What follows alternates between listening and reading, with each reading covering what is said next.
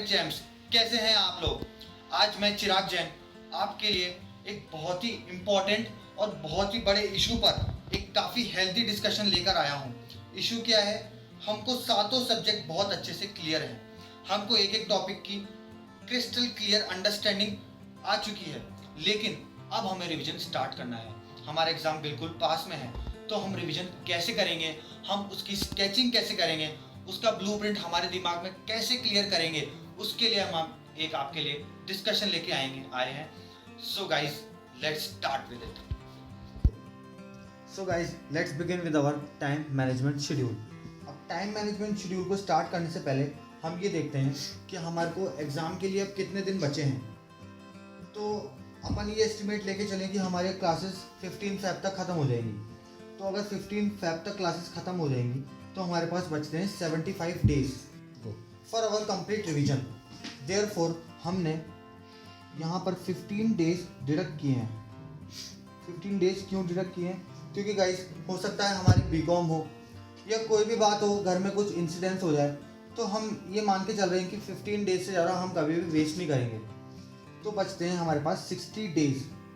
अब आपको अगर आईपीसी दोनों ग्रुप एक साथ देने हैं तो आपके पास कम से कम 2 या 3 रिविजन्स तो होने ही चाहिए। अब 60 डेज में 2 टाइम्स रिवीजन करना क्या पॉसिबल है? जी हाँ, बिल्कुल पॉसिबल है। अब ये कैसे पॉसिबल है? यहाँ पर ही हम लोग आकर अटक जाते हैं, यहाँ पर ही हमारा दिमाग बंद हो जाता है। तो हम ये डिसाइड करें कि अगर 2 टाइम रिवीजन करना है 60 डेज में, तो उसको कैसे डिज़ाइन करेंगे। तो अब उसकी बात अपन आगे फर्दर डिस्कस करते हैं। अब हमें 2 रिविजन्स करने हैं 60 डेज में, तो हम 60 डेज को 2 पार्ट्स में डिवाइड कर देते हैं।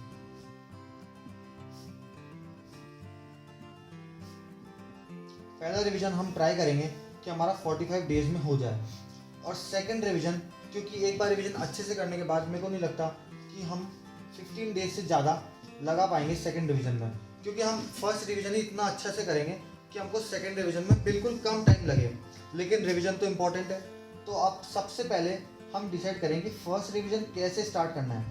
अब इसमें बात आती है, हमारे पास है 7 सब्जेक्ट्स।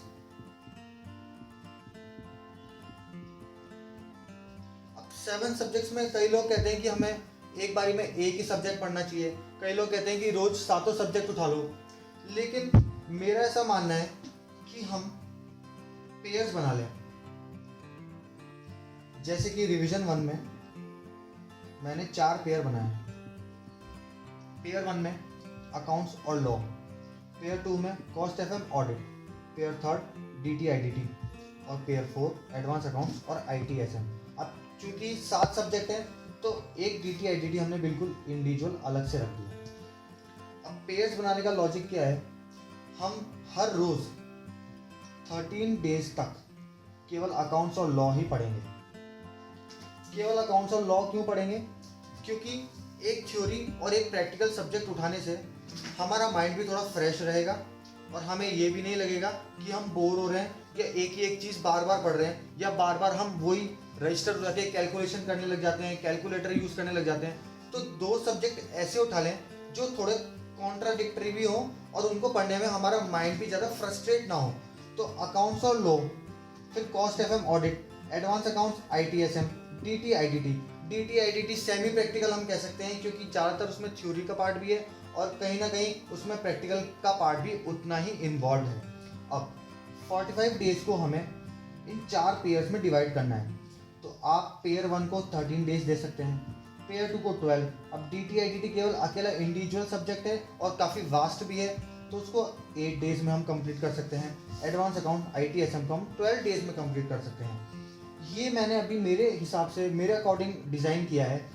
ये केवल एक मॉडल है, इसमें अब आपको अपना सोचना है कि हमको कौन से पेयर्स में कितने दिन देने हैं, कौन सा पेयर कैसे उठाना है, या पेयर्स किस तरीके से बनाने हैं। बाकी मेरा सजेशन यही है कि आप पेयर्स में पढ़ाई करना स्टार्ट करें और अपने दिन उस हिसाब से डिस्ट्रीब्यूट कर दें। गाइस, अब पेयर हमने बना लिए हैं, रिवीजन हमने स्टार्ट करना है।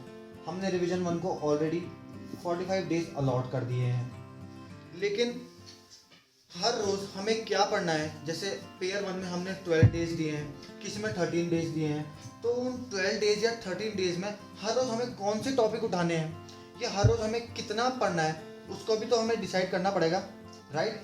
अब इसीलिए एक आप ऐसा शेड्यूल डिज़ाइन कर सकते हैं। अब जैसे कि पेयर 1 में हमने अलॉट किए थे 13 टोटल डेज। अब हर रोज़ जैसे डे 1 पे आपको अकाउंट्स में मान लीजिए अमालगमेशन स्टार्ट करना है,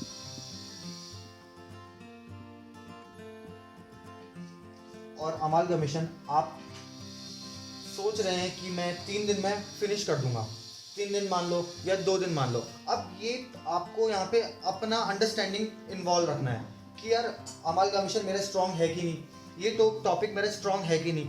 तो जो टॉपिक आपका स्ट्रॉन्ग है उसको आप कम दिन दें, जो टॉपिक आपका वीक है उसको थोड़ा सा ज़्यादा टाइम दें। अब चूंकि पेयर 1 में हमारे 2 सब्जेक्ट्स हैं, अकाउंट्स प्लस लॉ, तो आज हमें लॉ भी पढ़ना है, तो लॉ में आप उठा सकते हैं। मान लीजिए आपने ग्रेच्युटी एक्ट उठा लिया। अब ऐसे ही आपने सोचा कि मैं ग्रेच्युटी 2 दिन में पढ़ूंगा, अमालगमेशन 3 दिन में पढ़ूंगा। अब अमालगमेशन 3 दिन में ख़त्म हो जाएगा, तो यहाँ पे आप एथिक्स उठा सकते हैं। अब ये आपको पूरा डिज़ाइन करना है कि यार मैं हर रोज़ क्या पढ़ूंगा, कब पढ़ूंगा और कैसे पढ़ूंगा। अब एक कॉलम मैंने रिमेनिंग का भी बचा रखा है, और यहाँ पर मैंने एडिशनल डे भी लिख रखा है। आपको ये कोशिश करनी है कि मैं 12 डेज में एटलीस्ट अकाउंट्स और लॉ दोनों पूरा ख़त्म कर दूँ, ताकि एक एडिशनल डे ऐसा हमारे पास बच जाए कि यार यहाँ पर कुछ रिमेनिंग टॉपिक रह गया हो। जैसे मान लीजिए आपने यहाँ पे सोचा था कि मैं क्वेश्चन नंबर 20 तक पूरे क्वेश्चंस कर लूँगा, लेकिन हो पाए केवल क्वेश्चन नंबर 18 तक, तो आपके 2 क्वेश्चंस रिमेनिंग हो गए। तो एक एडिशनल डे इसलिए रख लीजिए ताकि आपका जो भी छूटा है वो आप एडिशनल डे में कवर कर सकें। अब ऐसे ही आपने पेयर 1 का बनाया, पेयर 2 का बना लीजिए, पेयर 3 का और पेयर 4 का। 45 डेज आप अच्छे से 2 पेज मिडिल के निकालिए कॉपी के, और पूरे 45 डेज डे बाय डे या आपको जैसा सूटेबल हो वैसा लिख लीजिए। नाउ आपने चारों पेयर्स बना लिए हैं, आपने 45 डेज अलोकेट कर दिए हैं, आपके दिमाग में ब्लूप्रिंट एकदम क्रिस्टल क्लियर है कि मेरे को आने वाले 45 डेज में हर रोज़ कौन सा टॉपिक कब उठाना है, उसमें क्या पढ़ना है और कितनी डेप्थ में पढ़ना है। अब गाइस इससे एक फ़ायदा ये आपको डेफिनेटली मिलेगा कि आपको टेंशन नहीं होगी ज़्यादा कि यार मेरे पास इतना सारा पढ़ने के लिए है, मैं इतना सारा कैसे कवर करूँगा, क्योंकि आपने 45 डेज में सोच ही लिया है कि मेरे को कब कौन से दिन क्या कवर करना है। बस आपको टेंशन आज की रहेगी कि यार मेरे को आज का टॉपिक पूरा कंप्लीट करना है, और एनी हाउ मेरे को आज का जो टॉपिक मैंने अलोकेट किया है वो मेरे को कंप्लीट करना है। अब 45 डेज में आपका रिवीजन 1 कंप्लीट हो जाएगा। हमने बात करी थी कि हमें एटलीस्ट 2 रिविजन चाहिए आईपीसी बोर्ड ग्रुप क्लियर करने के लिए। सिमिलरली आप रिवीजन 2 में भी पेयर्स बना सकते हैं। अब जैसे पेयर्स मैंने बनाए कि यार आपका फर्स्ट पेपर अकाउंट्स और लॉ का मतलब अकाउंट्स का होता है, फिर उसके बाद लॉ का होता है, तो अकाउंट्स और लॉ आप थोड़ा एंड में पढ़ लें, क्योंकि अकाउंट्स आप एंड में पढ़ेंगे तो आपको एकदम क्लियर रहेगा माइंड में कि यार मैंने एक दिन पहले क्या पढ़ा था। और आपका जो पहला पेपर आप देने जाएंगे उसमें अगर आप कॉन्फिडेंटली वो पेपर फाइट करते हैं तो आपके आने वाले 6 पेपर भी आप बिल्कुल इजी गोइंग वे में और कॉन्फिडेंटली फाइट कर पाएंगे। अब पेयर 1, 2, 3, 4 बनाने के बाद डेज अलोकेट कर दें। 15 डेज में हमारा सेकंड डिवीजन भी कंप्लीट हो जाएगा। लेकिन कई बार हमें ये भी लगता है कि यार अब पेयर्स में नहीं, हमें इंडिविजुअल सब्जेक्ट्स ही उठा लेने चाहिए, तो आप इंडिविजुअल सब्जेक्ट्स भी उठा सकते हैं, उनको डेज अलोकेट कर सकते हैं। जैसे कॉस्ट एफएम को आप 2.5 डेज में कंप्लीट कर दें, ऑडिट को आप 1.5 डे में कंप्लीट करें, क्योंकि गाइस यही तो सीए का मज़ा है कि हमारे पास कोर्स तो इतना सारा है लेकिन टाइम नहीं है बिल्कुल भी कवर करने का। तो गाइस अगर हमारे पास टाइम नहीं है तो पास वाले के पास भी टाइम नहीं है। टाइम सबको बराबर मिला है और हमें उसी टाइम में अपना बेस्ट परफॉर्म करना है।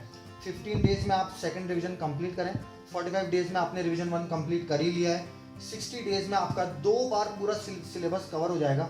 और 60 डेज तो हमने वैसे भी 15 डेज शॉर्ट करने के बाद लिए थे, तो आपके पास हो सकता है एक्सेसिव डेज भी बच जाएं।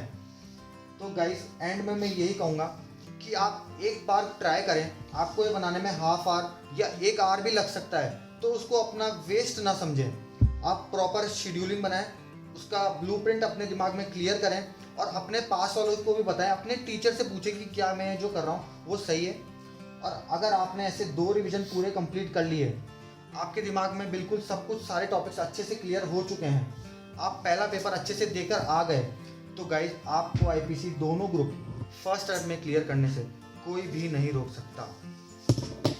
Okay guys, at the end of this video मैं आपसे यही कहना चाहूँगा कि प्लीज़ एक बार स्केचिंग करें, शेड्यूल डिसाइड करें, अपने टीचर से, अपने फ्रेंड से डिस्कस करें कि क्या जो मैं ये कर रहा हूँ वो सही है।